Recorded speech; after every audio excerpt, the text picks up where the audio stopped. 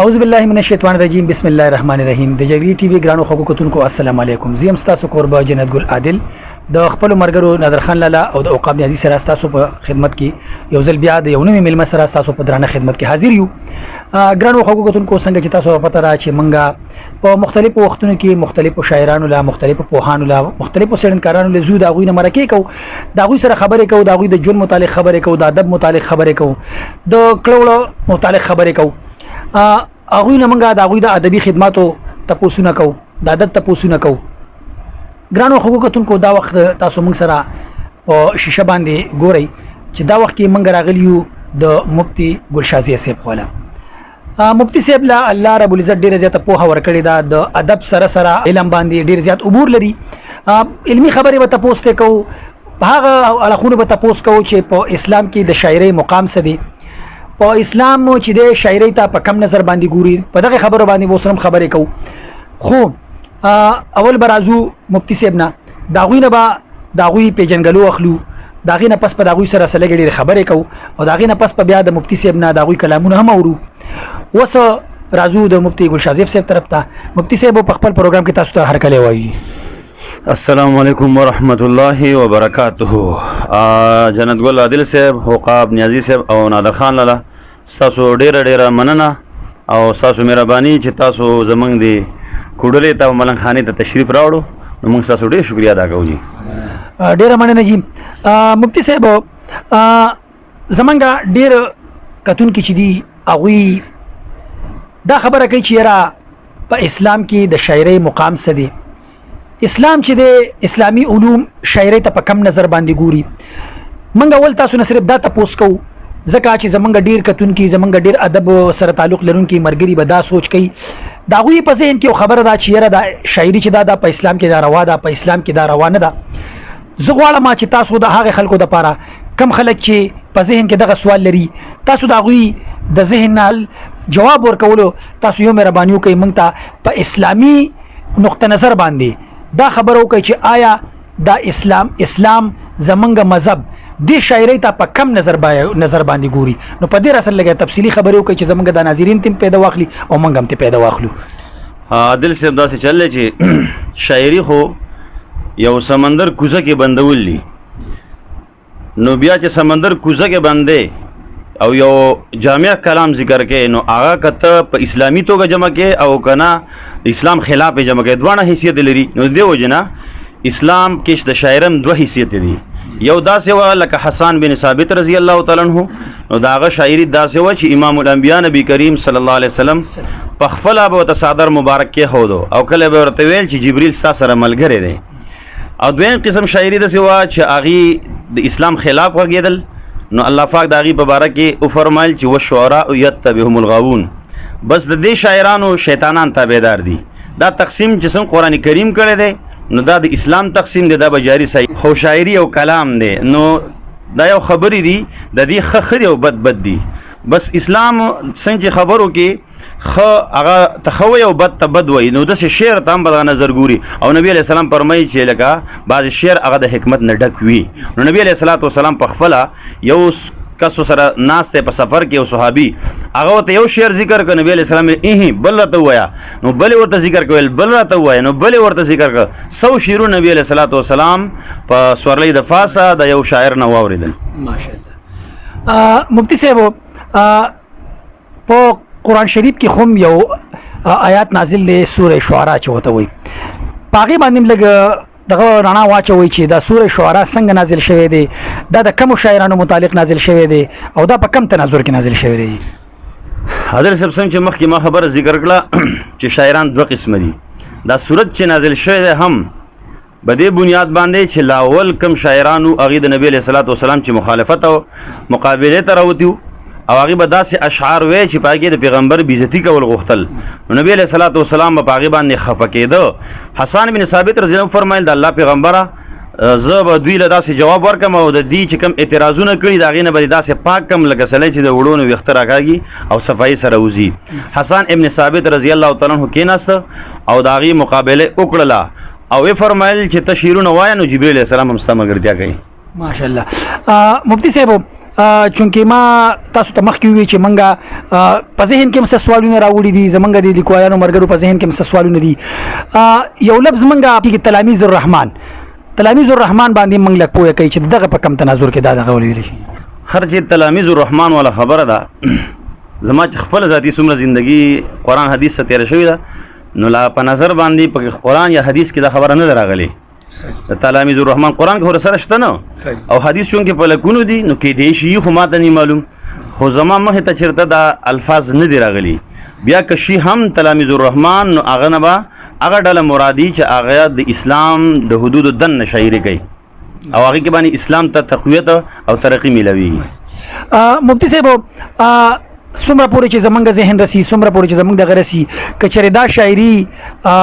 ټیک نه وي یا شاعری حلال نه وي نو زمونږ ډیر صاحبان زمونږ په خپل باندې تاسو په خپل باندې د نعت شریف هم لیکو کنه نو کو د دې دغه نه وي نو مطلب دا بیا خو به د نعتونه لیکو نعتونه هم چا نه شو لیکل کنه د نعتونه هم مطلب دا چې په اسلام کې خو ردیم سه او دغه شته کنه بالکل د ټول نه بهترین نعت د صحابه کرام په زبان کې زما په خیال باندې دار چې احسن من کلم ترقت عینی واجمل من کلم تلد النساء خلقت مبرئا من كل عیب كانك قد خلقت كما تشاء څنګه چې په دې باندې اردو شاعر سوی چې چاند سے تشبیه دینا یہ بھی کیا انصاف ہے اس کے منہ پر کایا ہے اور آپ کے چہرہ صاف ہے آیا پختون پکې ام عیسی غسدا چې نه پوهېږم زه چې تعالی سره تشبیه درکم ګل سره ازغی د سپوږمۍ په مخ داغونه دي ماشاءالله د جرګې ټي وي ګرانو خو کتونکو تاسو ته مفتی ګل شاهزیب صاحب نه ډېرې قیمتي ډېرې درنې خبرې واورېدې تاسو دا وخت زمونږه په شیشه باندې زمونږه د واتس اپ نمبر لیدلی شئ که تاسو بیا هم داسې څه سوالونه د شاعرۍ مطابق د مفتی صاحب نه تپوس کول غواړئ نو تاسو موږ سره په دغه نمبر باندې تماس ساتلی شئ موږ به انشاءالله ستاسو د هغې سوالونو جوابونه د مفتی صاحب نه تپوسونه کوو مفتی صاحب له به بیا هم راځو کم سوالونه چې تاسو په ذهن کې دي کم سوالونه چې تاسو کول غواړئ نو تاسو موږ ته رالیږلی شئ په دغه نمبر زموږ سره تماس وساتئ انشاءالله موږ به ستاسو د هر قسم سوالونو جوابونه د مفتی صاحب نه اخلو نو موږ خو د مفتی صاحب سره په اسلامي نقطه نظر باندې د شاعرۍ ډېرې خبرې وکړې اوس موږ راځو د مفتی صاحب نه د هغوی لیکلي شوي کلامونه مورو چې مفتی صاحب خو یو عالم دی مفتی دی مطلب دا چې ډېر فوهه دی نو اوس راځو د هغوی هغه ادبي ژوند له چې مطلب هغوی په پښتو ژبه کې کم خدمت کړی دی د پښتو ادب کې کم خدمت کړی دی نو هغې طرف ته هم راځو نو مفتی صاحب اوس به تاسو زمونږه ګرانو خوږو کتونکو ته خپل هغه کلامونه مو واوروئ کوم چې تاسو لیکلي ګرانو خوږو کتونکو راځئ چې د مفتی صاحب نه اوس د هغوی لیکلی شوي ښایسته کلامونه واورو جی مفتی صاحب عادل صاحب ارشاد یو څو شعرونه جی ارشاد د ویل مونږ د چا نه کم نه یو کاکا د ویل مونږ د چا نه کم نه یو کاکا او ګزاره که خلاصم نه یو کاکا او کلک هم د سود او زیان مسله راشي نادر صاحب کلک هم د سود او زیان مسله راشي بیا قرآن او په قسم نه یو کاکا او کلک هم د سود او زیان مسله راشي بیا قرآن او په قسم نه یو کاکا او مونږ غواړو چې هر کور کې خوشحالي وي مونږ غواړو چې هر کور کې خوشحالي وي او مونږ خوشحال د چا په غم نه یو کاکا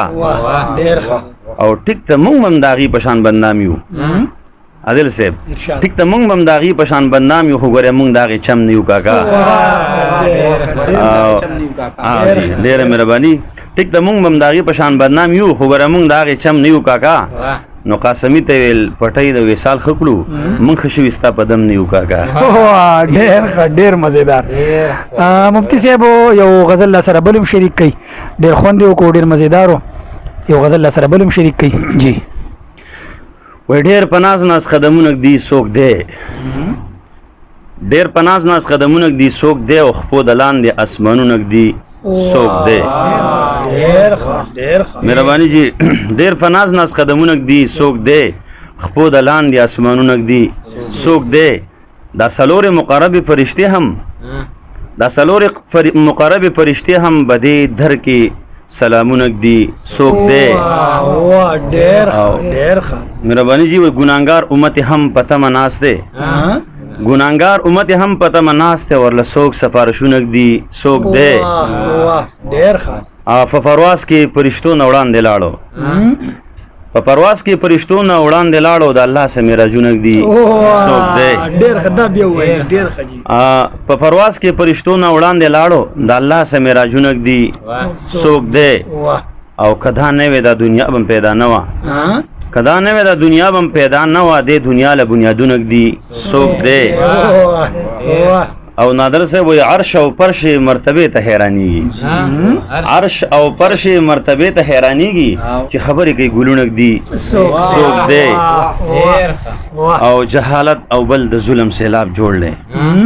جهالت او بل د ظلم سیلاب جوړ دی دا سیلاب بندي بندونه ږدي څوک دی او دا ساقی د کوثر علم راشي دا ساقی د کوثر علم راشي او ډک د ښکلي ګیلاسونه ږدي څوک دی نو قاسمي امتي دی ډېر خوشحال دی څوک په سر ورته لاسونه ږدي څوک دی جی ګرانو خوږتونکو تاسو د مفتی صاحب نه د هغوی کلامونه واورېدل ډېر ښایسته کلامونه ووي ډېر مزیدار کلامونه ووي خو زه وایم چې یاره یو کلام را سره بل هم شریک کړي نو ډېر خوند به وکړي مفتی صاحب څنګه هم خوښه دی یو کلام را سره بل نه شریکوي بالکل ارشاد وایي ټوپونه ډېر زیات مه وهه نظر نشي لالیا ټوپونه ډېر زیات مه وهه نظر نشي لالیا په دغه لار کې کندې دي پیور نشي لالیا او ټوپونه ډېر زیات مه وهه نظر نشي لالیا او په دغه لار کې کندې دي پیور نشي لالیا بس ټیک ته چې پلار وایي درته مزه نو بیا مزه بس ټیک ته چې پلار وایي درته مزه نو بیا مزه بیا هلته کې لاړ نشي د خپل سر نشي لالیا او دا به دغه یو زوی و په اختر کې ورته ووې دا به دغه یو زوی و په اختر کې ورته ووې سړی روټۍ به خورو چې مسافر نشي لالیا ډېر مهرباني جي وایي دا به دغه یو زوی و په اختر کې ورته ووې سړی روټۍ به خورو چې مسافر نشي لالیا او د پلار دې خبر شوي د ماکې ټوکړې ټوکړې کو د پلار دې خبر شي د ماکې ټوکړې ټوکړې کړو تابوت به وسراوړي چوتر نشي لالیا او زه کونډه شوم اختر به په زړو کپړو کې تیر کم زه کونډه شوم اختر به په زړو کپړو کې تیر کم خو ته راته غمجن په ورځ د اختر نشي لالیا او د کور غم در په سر شو اوس کار ځان له شروع کا د کور غم در په سر شو اوس کار ځان له شروع کا په روډ چې هسې ګرځې روډ ماسټر نشي لالیا ډېره مهرباني جي د کور غم در په سر شو اوس کار ځان له شروع کا او په روډ چې هسې ګرځې روډ ماسټر نشي لالیا او اوس مونږه غریبان یو د واده وینا یې ونه کړه اوس مونږه غریبان یو د واده وینا یې ونه کړه نو بیسته چې ورنشي خېټه ورنشي لالیا او واده مې درله وکړو قاسمي د الله په فضل واده مې درله وکړو قاسمي د الله په فضل خو صرف چې د خواښې او د سر نشي لالیا ډېر ښه ډېر مزیدار ګرانو خوږتونکو تاسو د مفتی ګل شاهزیب صاحب نه د هغوی ښایسته خوندور کلامونه واورېدلو انشاءالله موږ به مفتی صاحب لا بیا هم راځو بیا به هم راځو تاسو چې کوم سوالونه وکړئ انشاءالله د هغې سوالونو جوابونه به موږ د مفتی صاحب نه غواړو مفتی صاحب له به یو ورځ انشاءالله بیا راځو نو په تلو تلو کې به انشاءالله د مفتی صاحب نه موږ یو کلام بل هم واورو چې موږ هم ترې مزه واخلو تاسو ترې مزه واخلئ جي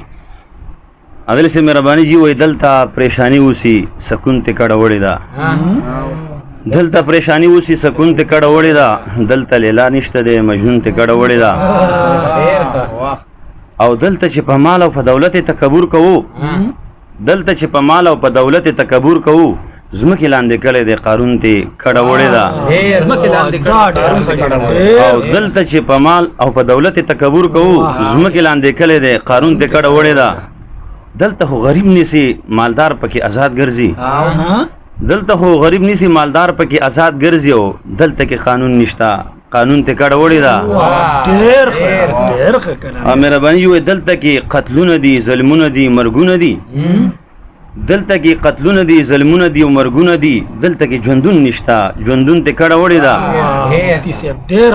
او دلته ځانځاني ده اتفاق اتحاد ختم دی دلته ځانځاني ده اتفاق اتحاد ختم دی دلته کې تړون نشتا تړون ته کډه وړې ده ډېر ښایسته او خلق انتظار کوي سبا ته چې بیا را بشي خلق انتظار کوي سبا ته چې بیا را بشي خدا د قیامت شپه ده سباون ته کډه وړې ده او کوم ځای چې لباس کوي پښتون خپل غیرتی لباس کوم ځای چې لباس کوي پښتون خپل غیرتی لباس نو هلته کې پتلون نشتا پتلون ته کډه وړې ده او جی وکته ډاکټر چې یو عاشق په لیبارټري باندې وکته ډاکټر چې یو عاشق په لیبارټري باندې ولدن نه ختم شوی اندرون ته کډه وړې ده وکته ډاکټر چې یو عاشق په لیبارټري باندې ولدن نه ختم شوی اندرون ته کډه وړې ده نو هغه زه خوشالم قاسمی چې پښتانه وسی هغه زه خوشالم قاسمی چې پښتانه وسی هغه زه کې سکوم چې پښتون ته کډه وړې ده هغه زه کې سکوم چې پښتون دا بیا وایي چې ډیر ښه شعر دی هغه زه خوشالم قاسمی چې پښتانه وسی هغه زه کې سکوم چې پښتون ته کډه وړې ده جی ګرانو خو کتونکو تاسو د مفتی صاحب نه ډیر خوندور ډیر خسته ډیر مزیدار کلامونه واوریدل مونږ ته د اسلامي نقطه نظر باندې ډیر خوږی او ډیر قیمتي او ډیر درنی خبره واوریدي او دا غینه د پښتو ادب د پښتو شعرونه ډیر خسته واوریدل نو ګرانو خو کتونکو ان شاء الله پر روان پروګرام کې بعد یو نوی مسره تاسو په درانه خدمت کې یو ځل بیا حاضرېږو تر هغه پورې خپل قربا جنت ګل عادل نظر خان لالا او عقاب نیازی لور کې اجازه د الله پامان